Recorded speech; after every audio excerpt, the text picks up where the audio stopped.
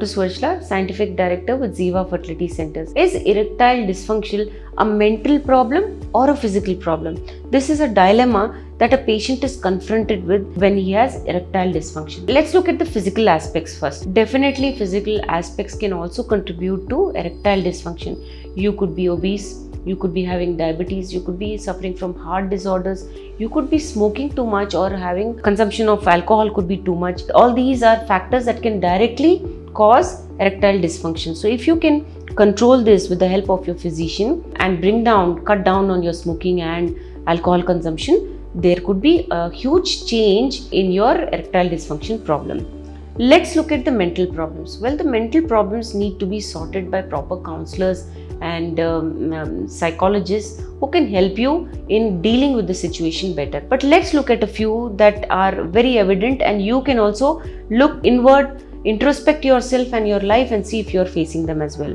The first is anxiety. Now, when you're too anxious, your heartbeat could increase, your pulse rate could increase, your breath could be disruptive. All these are factors that disrupt your basic health, isn't it? Your BP could rise up, and this also could be a reason for erectile dysfunction. So if you're too anxious for small things, there could be health havoc, and you may not be interested in sexual activity. Stress. You could be having a small presentation or a meeting or some important discussion at work. These factors also cause a lot of stress, and stress is directly related to erectile dysfunction. When a man or a woman is known to go through stress, the interest in other factors, it could be so many other social activities or even sexual activities, that has known to come down. So stress also is a very important factor. You need not be carrying heavy load on your head to be stressed.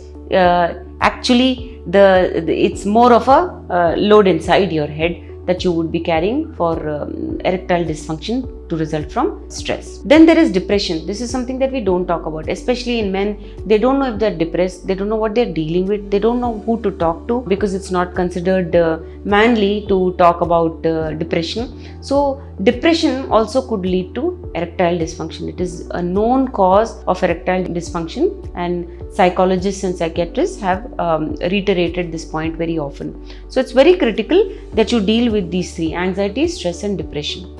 Now there is an underlying thing, your relationship with your spouse. If you're having arguments, if you're having fights all the time, if there is no proper communication, if there is no proper discussion happening, there is always the fight to be one-up man, and you are constantly arguing about something or the other, then definitely these arguments will come into your bedroom and sexual activity could come down, because it's not like a switch on, switch off button that you can immediately start sexual activity. So it's very important to have a proper relationship. Next, the fear of failure is a very important thing that I'd like to discuss. Men have a fear of failure, especially when newlyweds come to us and they've not been able to perform a couple of times.